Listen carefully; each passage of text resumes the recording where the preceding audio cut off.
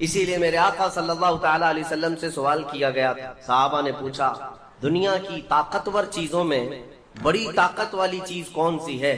ترتیب وار حضور اکرم صلی اللہ تعالی علیہ وسلم نے ارشاد فرمایا لوہا ہے، لوہا بہت مضبوط چیز ہے۔ صحابی نے پوچھا کیا اس سے بھی زیادہ طاقتور کوئی چیز ہے؟ کہا ہاں اس سے بھی زیادہ اگر طاقت آگ میں ہے، کیونکہ آگ لوہے کو پگھلا دیتی۔ پوچھنے والے نے کہا کیا آگ سے بھی زیادہ طاقت کسی میں ہے؟ حضور نے فرمایا ہاں پانی میں ہے، پانی آگ کو بھی بجھا دیتا ہے، پانی کی طاقت بہت زیادہ ہے، سونامی پانی ہی سے تو آتا ہے۔ اور اس کے بعد پھر پوچھنے والے نے کہا کیا پانی سے بھی زیادہ طاقت کسی کی ہے؟ آپ صلی اللہ علیہ وسلم نے فرمایا ہاں دنیا میں سب سے زیادہ طاقت ہوا کے اندر ہے، وہ پانی ہو کہ لوہا ہو کہ آگ ہو، سب کو ہوا اڑا لے جاتی ہے۔ اور ہوائیں جب جوش میں آئیں یا جلال میں آئیں تو بڑے بڑے پہاڑ بھی کھسک سکتے ہیں۔ ہواؤں کی طاقت کا اندازہ تم نہیں لگا سکتے، گھروں کی چھتیں اکھاڑ لیں گی اور لوگوں کو تہس نہس کر دیں گے۔ ہوائیں اگر جلال میں آئیں تو پھر پوچھنے والے نے پوچھا کیا اس سے بھی زیادہ طاقت کسی کے اندر ہے؟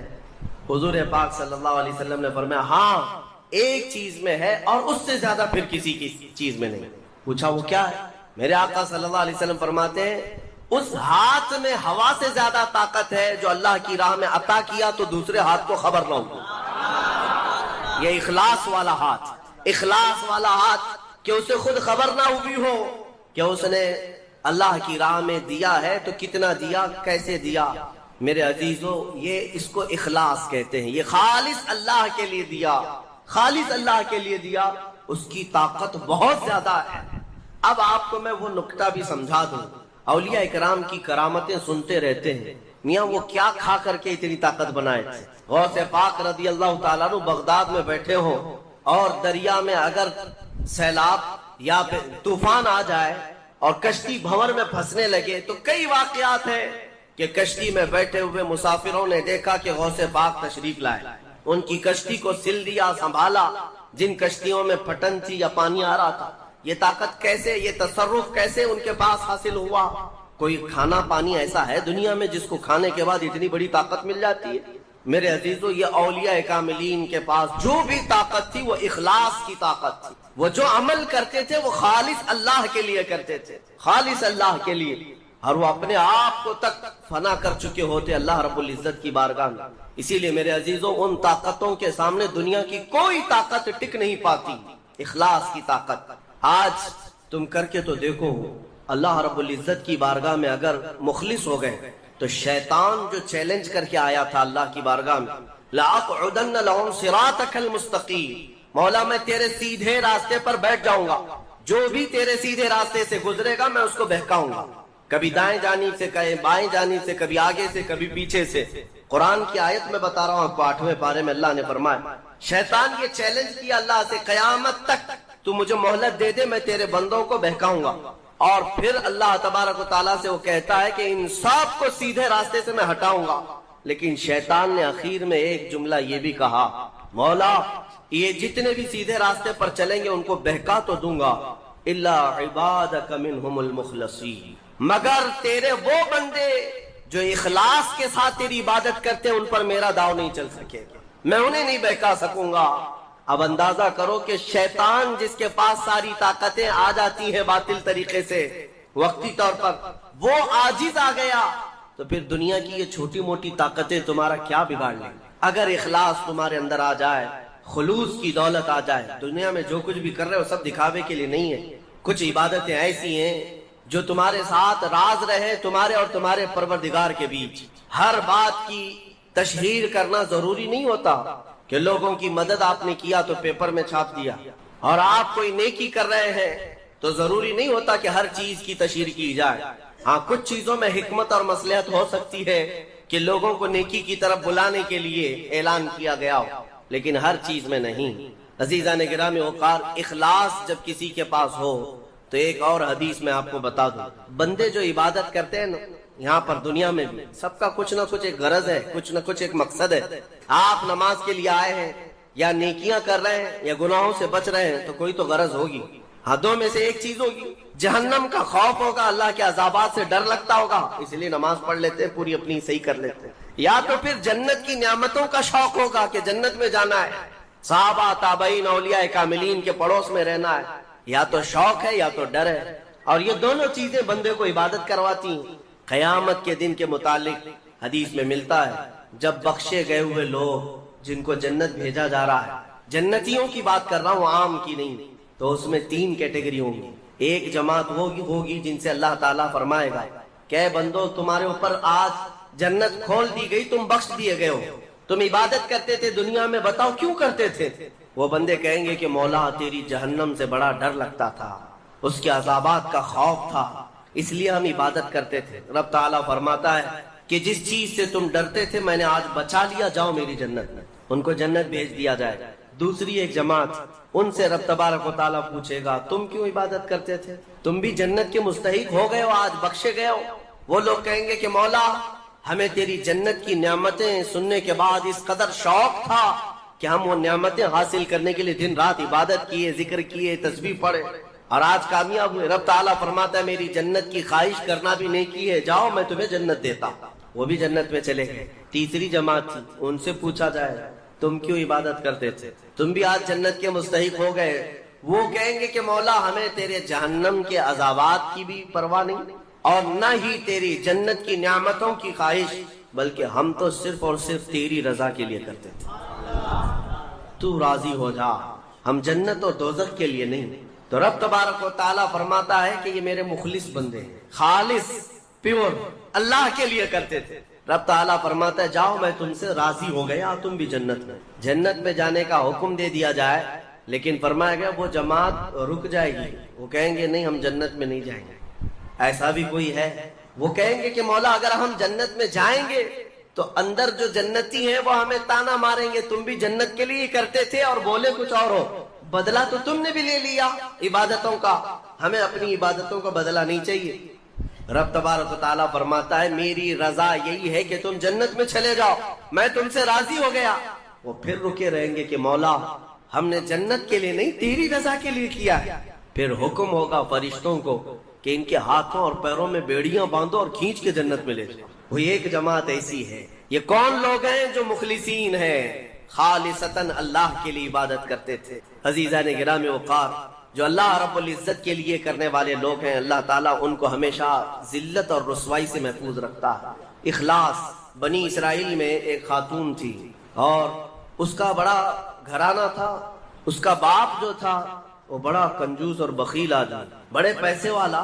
ایک دن ایسا ہوا کہ یہ جو لڑکی تھی، جوان لڑکی، اس نے باہر ایک فقیر کو دیکھا جو بڑا مجبور تھا، ضرورت مند تھا، اس کو اٹھا کر کے اچھی خاصی دولت اپنے باپ کی دی تھی، اور باپ کو پتا چلا تو اتنا غصے میں آیا کہ میں پھوٹی کوڑی نہیں دیتا اور تو اتنی بڑی دولت اٹھا کر دی تھی، اور غصے میں اپنی بیٹی کا ہاتھ کاٹ دیا، اس کا ہاتھ کٹ گیا۔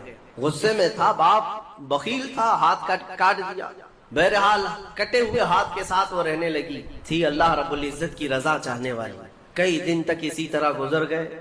اب باپ بڑے پیسے والا تھا اس زمانے میں، وہ ہاتھ چھپا کر کے رہی۔ پھر اس کا رشتہ آیا ایک بہت بڑے خاندان سے، اور بڑے خاندان کا جو شہزادہ تھا اس نے پسند کر لیا۔ شادی کی ڈیٹ قریب آئی، ان لوگوں نے ہاتھ نہیں دیکھا، بس چہرہ اور باقی ساری چیزیں دیکھی، اور انہوں نے بھی چھپا رکھا کہ ہاتھ نہیں۔ کٹے ہوئے ہاتھ کے ساتھ کون شادی کرے گا؟ بہرحال شادی ہو گئی۔ شادی ہونے کے بعد وہ گھر رخصت ہو گئی، اپنے نئے دولہے کے ساتھ وہ اپنے گھر پر بیٹھی دسترخوان پر۔ وہ بائیں ہاتھ سے کھایا کرتی تھی، ایک ہاتھ تو کٹا ہوا تھا، چھپا کر کے رکھتی تھی۔ دسترخوان پر جب بیٹھی، اس کا نیا دولہا ہے، اس کے گھر والے، کھانے کے وقت اب ہاتھ نکالنے کی باری آ گئی۔ وہ بائیں ہاتھ سے کھا رہی تھی تو اس کے شوہر نے کہا کہ کیا سیدھے ہاتھ سے نہیں کھا سکتی؟ سیدھے ہاتھ سے کیوں نہیں کھا سکتی؟ اب اس کے رشتے کے ٹوٹنے کا وقت آ گیا، اگر پتا چلے تو دھوکہ کیا ہے، کٹے ہوئے ہاتھ کے ساتھ ہمارے ساتھ نکاح ہوا ہے۔ اس کے آنکھوں میں آنسو آئے، وہ ہاتھ اپنے کپڑے کے اندر ہی چھپائی رہی۔ اچانک اسے غیر سے ایک آواز آئی، اے میری بندی ہاتھ نکال۔ اس نے اپنے دوپٹے کے اندر سے ہاتھ نکالا تو سیدھا ہاتھ پورا صحیح سلامت تھا۔ پھر وہ زمانہ موسیٰ علیہ السلام کا تھا، ان کی بارگاہ میں حاضری دے کر اس نے اپنا یہ واقعہ سنایا۔ سیدنا موسیٰ کلیم اللہ فرمانے لگے، مولا نے مجھے یہ وحی دے کر بھیجا اور ارشاد فرمایا کہ اے موسیٰ ہم اس ہاتھ کو شرمندہ نہیں ہونے دینا چاہتے جو ہاتھ میری بارگاہ میں اخلاص سے اٹھاؤ۔ میرے عزیزو، یہ اخلاص کی دولت ہے۔ جو خالصتاً اللہ کے لیے کچھ کیا ہو مولا اسے کبھی ذلیل نہیں ہونے دے، اسے بے عزت نہیں ہونے دے گا۔ اسی لیے کچھ کام ایسے کر جاؤ جو خالصتاً اللہ کے لیے ہو۔ رب تبارک و تعالیٰ کے لیے اب تک کیا کیا ہے اس کا بھی آپ کے پاس کچھ تو ہونا چاہیے۔ نبی صلی اللہ علیہ وسلم فرماتے ہیں جو اپنے بھائی کو معاف نہیں کرتا کل وہ میری شفاعت کے قریب نہ آئے۔ عزیزان گرامی وقار، اللہ رب العزت یہ فرما رہا ہے اگر چھپا کر کے درگزر کر دیا، اگر تم نے اپنے بھائی کو معاف کر دیا فَإِنَّ اللَّهَ كَانَ عَفُوًّا قَدِيرًا، تو سمجھ لو کہ بے شک اللہ بھی معاف کرنے والا، قدرت رکھنے والا ہے۔ یہاں قدیر کا لفظ آیا ہے، عفو کا مطلب ہوا معاف کرنے والا، قدیر کا مطلب ہوا قدرت رکھنے والا۔ دونوں کی میچنگ کیا ہے؟ معاف کرنے والا ہے، قدرت رکھنے والا ہے، معاف کرنے والا ہے، قدرت رکھنے والا ہے۔ میرے عزیزو، قدیر کے لفظ کا اس میں جو کمبینیشن ہے وہ جو ہمیں یہاں نظر آتا ہے وہ یہ ہے کہ مولا تبارک و تعالیٰ تمہارے گناہ سمندر کے برابر بھی ہو تو قدرت رکھتا ہے کہ وہ معاف کر۔ یہ قدرت ہے اس کی کہ وہ قدیر ہے۔ یہاں تک کہ ایک شخص آیا حضور اکرم صلی اللہ علیہ وسلم کی بارگاہ میں، اس نے کہا اے رسول پاک میرے گناہ بہت زیادہ ہو گئے، بہت زیادہ ہو گئے، کیا میری معافی ہو سکتی ہے؟ اللہ کے حضور میرے آقا صلی اللہ علیہ وسلم نے عرض کیا کہ مولا کیا اس بندے کی معافی ہو سکتی؟ رب تبارک و تعالیٰ نے جبرائیل امین کے ذریعے بھیجا اور ارشاد فرمایا اے رسول پاک صلی اللہ علیہ وسلم آپ اس بندے سے پوچھیں کیا اس کے گناہ سمندر کے برابر ہیں؟ حضور صلی اللہ علیہ وسلم نے اس سے پوچھا کہ اللہ تعالیٰ نے یہ سوال کیا ہے تجھ سے؟ اس نے کہا نہیں، اس سے بھی زیادہ ہے، اس سے بھی زیادہ ہے۔ رب تبارک و تعالیٰ نے پھر فرمایا اے حبیب اس سے پوچھیں پوری دنیا کے درختوں کے پتوں کے برابر ہیں اس کے گناہ؟ حضور نے جب یہ پوچھا تو اس نے کہا اس سے بھی زیادہ ہے، اس سے بھی زیادہ ہے۔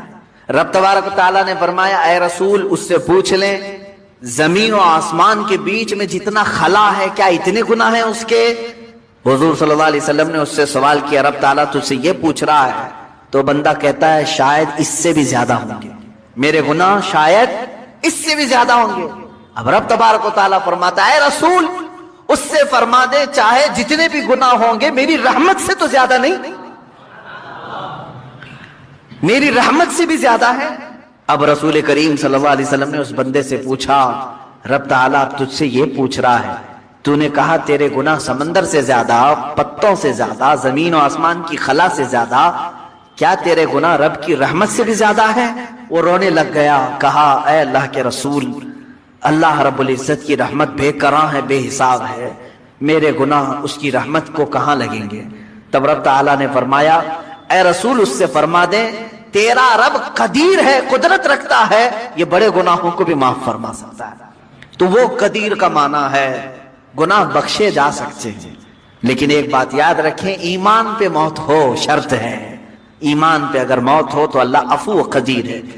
آگے کی جو آیت ہے وہ ٹاپک سے تھوڑی ہٹ کر کے ہے، یہاں سے دوسری باتیں چل رہی ہیں۔ اللہ رب العزت نے فرمایا بے شک وہ لوگ جنہوں نے اللہ اور اس کے رسول کو نہیں مانا یا کفر کرتے ہیں، نہیں مانتے اور یہ چاہتے ہیں کہ اللہ اور اس کے رسول کے درمیان جدائی پیدا کریں، اور کہتے ہیں کہ بعض پر ایمان لاتے ہیں بعض کو انکار کرتے ہیں، اور چاہتے ہیں کہ ایمان و کفر کے بیچ میں کوئی راستہ نکال لیں۔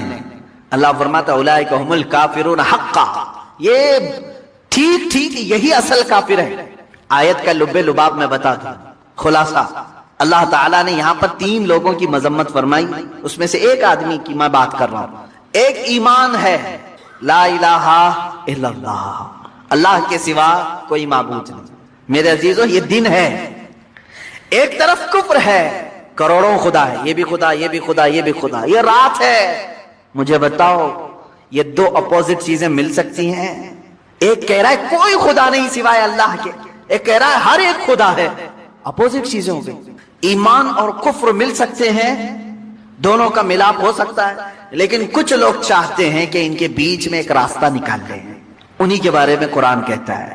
اللہ تعالیٰ فرماتا یریدون ان یتخذوا بین ذلک سبیلا، کچھ لوگ ایسے ہیں جو چاہتے ہیں ان کے اور ان کے بیچ میں ایک راستہ نکال لیں۔ یہ لوگ کون ہیں؟ وہ بعض اسلام کو بھی ایکسپٹ کرنا چاہتے ہیں اور بعض کفر کو بھی قبول کرنا چاہتے ہیں، یہ بھی تھوڑے اچھے ہیں یہ بھی تھوڑے اچھے ہیں، ان کی یہ چیزیں ہم نہیں لیں گے ان کی یہ چیزیں ہم نہیں لیں گے، دونوں کو ملا کر کے تم مکسچر ایک راستہ بنانا چاہتے ہو۔ یہ کون لوگ ہیں مولا؟ رب تعالیٰ فرماتا اولئک هم الکافرون حقا، حقیقت میں تو بڑے کافر یہ ہیں جو باؤنڈری کو پاٹ رہے ہیں، بیچ کی باؤنڈری کو ہٹا رہے ہیں، یہ حقیقت میں بڑے کافر ہیں۔ اللہ فرماتا وَأَعْتَدْنَا لِلْكَافِرِينَ عَذَابًا مُهِينًا، رب تعالیٰ فرماتا ہم نے کافروں کے لیے ذلت کا عذاب تیار رکھا ہے۔ میرے عزیزو، اس میں ہونا کیا چاہیے؟ دیکھیں بعض لوگوں کو ایسا لگے گا کہ یہ کسی سے بھی ملنے کی بات نہیں کرتے، کیوں نہیں؟ آپ ملے، سارے لوگوں سے ملے، دنیا میں جتنے ریلیجنس ہیں سب سے ملے، آپ یہودی، عیسائی، ہندو، جو کچھ بھی ہیں سب سے ملے، اخلاق تم اپنے دکھاؤ ان کو۔ لیکن میں جس چیز کی بات کر رہا ہوں وہ یہ ہے کہ اپنے اخلاق کے ساتھ دوستی رکھی جا سکتی ہے، لیکن ہر عقیدے کو ایکسپٹ نہیں کیا جاتا۔ ہر ایک چیز کو ہم اپنے رنگ کو ایسا نہ بدلیں جس کو محاورے میں کہا گیا کوا چلا ہنس کی چال اپنی چال بھول گیا۔ کوا جو ہے وہ سوچتا ہے ہنس کی طرح میں بھی چل کر کے دیکھوں، بعد میں ہوتا کیا ہے وہ پریکٹس کرتے کرتے وہ ہنس کی طرح بھی نہیں چل پا رہا ہے اور اصلی کوا بھی نہیں رہا، بیچ کا ہو گیا، اس کو اپنی چال ہی ختم بھول گئے۔ اسی طرح کچھ لوگ ایسے ہیں جو سوچتے ہیں نہیں ہم سیکولر ہیں، ہم بیچ والے ہیں، ہم پورے مسلمان بھی نہیں بننا چاہتے، ہم پورے وہ بھی نہیں، وہ درمیان میں آ کر کے ان کو بعد میں یہ بھی بھول جاتے ہیں کہ ہم تھے کیا اصل، وہی کوے ہیں جو اپنی چال بھول گئے۔